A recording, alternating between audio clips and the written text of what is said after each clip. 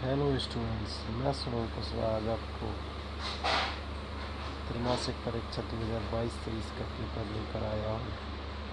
इसमें हम आपको इसके कुछ ऑब्जेक्टिव बताएंगे जो कि 2025 के लिए बहुत इम्पोर्टेंट क्वेश्चंस होने वाले हैं, क्योंकि जो दो पेपर अभी तक हुए हैं पिछले सालों में से ही बनाए गए हैं, महत्वपूर्ण क्वेश्चंस हैं। देख सकते हैं आप यहाँ पर 2023 का पेपर है, जैसे कि 96,404 का एचसीएफ क्या होगा। 96,404 का एचसीएफ क्या निकालना है, गुणनफल करेंगे अपन। ठीक है, 4 आंसर आएगा आपका। 96, 24 चौके 96, 4, 101 में 4 कॉमन है, इसकी अपन क्या करेंगे, इसमें कॉमन गुणनफल की सबसे छोटी घात। ठीक है ना। अब आएगा आपका शून्य द्विघात बहुपदी x square plus B x से शून्य का अल्फा बीटा हो तो अल्फा इंटू बीटा का मान जी, तो बहुत इम्पोर्टेंट है। एक अल्फा इंटू बीटा c/a होता है फर्स्ट वाला इसका, और एक आएगा आपका अल्फा प्लस बीटा, मतलब मूलों का योगफल या शून्यकों का योगफल अल्फा प्लस बीटा का मान क्या होगा, -b/a। एक ये तीनों शर्तों में से एक आती है, 1/a2 बराबर नहीं b1 अद्वितीय हल होगा, सबको पता है। एक और शर्त होती है, a1/a2 बराबर b1/b2 बराबर नहीं c1/c2, कोई हल नहीं होता है, अनंत अनेक हल में तीनों बराबर होते हैं। हाँ, एक विभेदकर का आएगा कि मूल समान हो, 3 शर्तें इसमें भी दी गई हैं। यहाँ से ये ऑब्जेक्टिव तो बनना ही है। मूल समान हो तो क्या होता है, 0, जैसा कि 2023-24 में भी ये रिटर्न हुआ है। 2023-24 में भी मूल समान हो तो विभेदकर का मान क्या होता है, 0। इसका 11वां पद आप निकाल के देखेंगे तो 11वां पद आएगा आपका 22। कैसे आएगा, अपन क्या करेंगे, ये प्लस 10d, ठीक है ना, ये प्लस 10d। यहाँ पे a का मान है -3, d का मान है आपका -1/2 में से -3 घटा देंगे तो प्लस का 3 में से माइनस का 1/2 मतलब 2.5 बचेगा। तो a प्लस 10d, d का मान आ गया 2.5, 10 मतलब 25, 25 में से 3 में 22 बचेगा।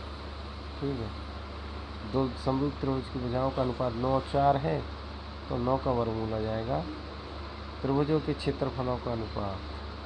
ठीक है, तो 9 का वर्ग हो जाएगा 81, 4 का वर्ग हो जाएगा 16, तो सी आंसर इसका सही होगा। कैसे क्या करेंगे इसमें, ये क्वेश्चन एक बार और आया है 2022-23 की।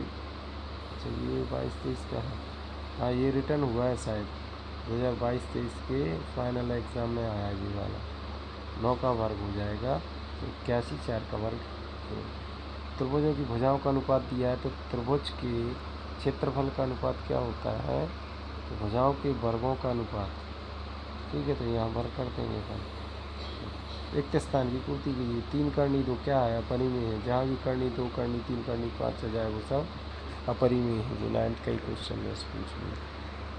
एक घात वाले बहुपद को रेखिक कहते हैं। x - 2y बराबर k, x का मान 2, y का मान 1, 2 और 2 कितना हो गया 4 प्लस का 4, क्योंकि x का मान 2 रखा और 2 एकम 2 प्लस का 2, 2 और 2 हो गया 4।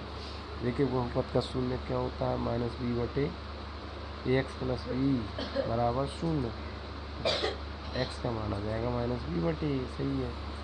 हाँ, ये देखो b, a और c को क्या कहलाता है, समांतर बल। समरूप त्रिभुजों के संगत कोण बराबर होते हैं। अब आ गई आपकी सही जोड़ियाँ।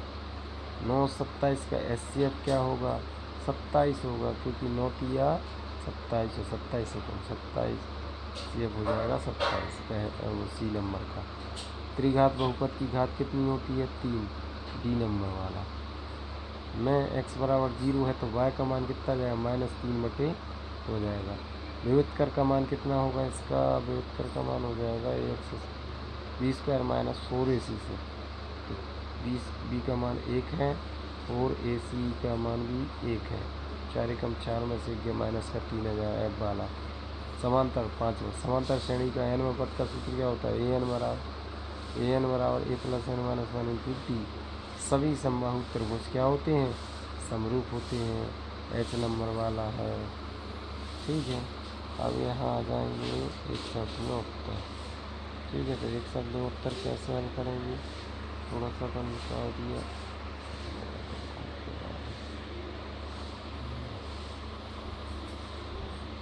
एक साथ दो उत्तर क्या लिखा हुआ है आपका,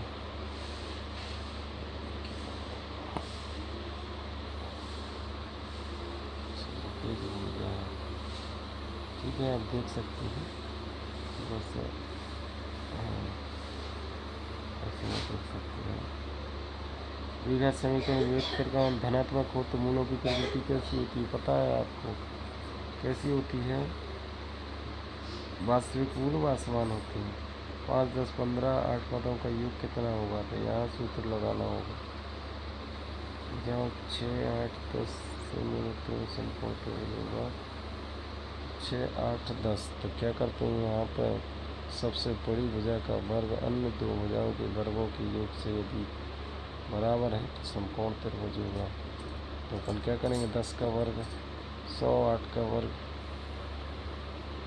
64, 6 का 36, 64 हो गया 100। तो ये समकोण त्रिभुज आधारभूत अनुपातिकता प्रमेय का कथन लिखिए। ये इम्पोर्टेंट क्वेश्चन है यहाँ पे।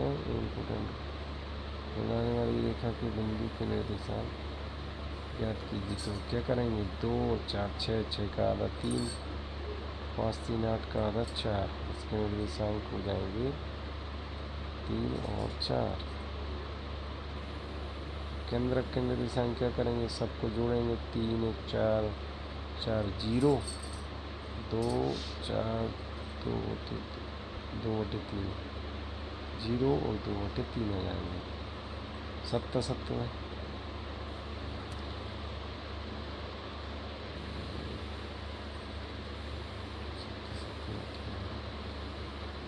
दो संख्याओं का गुणनफल PSC एलसीएम की गुणनफल के बराबर होता है। दो संख्याओं का गुणनफल बिल्कुल सही है, सत्य बात है। x² + b = 0 का द्विघात समीकरण है, बिल्कुल सही है। यदि दो त्रिभुज समकोणिक हो तो त्रिभुज समरूप होंगे, सही बात है, सत्य है। किसी बिंदु की कोटि 0 है और भुज 3 है, कोटि मतलब y का मान, तब x अक्ष पर स्थित होगा, सत्य बात है। यदि किसी बिंदु q के निर्देशांक 2, 5 हो तो 2 को q की कोटि कहते हैं, सत्य है, इसको भुज कहेंगे। बिंदु -8, 6 द्वितीय चतुर्थांश में स्थित होगा, इसमें कितने में होगा, -8 और 6। यहाँ x का मान क्या होता है, माइनस, और y का मान होता है प्लस, सही बात है, सत्य। इसके बाद आ जाते हैं ऑब्जेक्टिव से, ठीक है, कुछ क्वेश्चन दिए हैं कि आप देख लीजिए। छठा क्वेश्चन 7वां 8वां, ये खुल गया 90 का।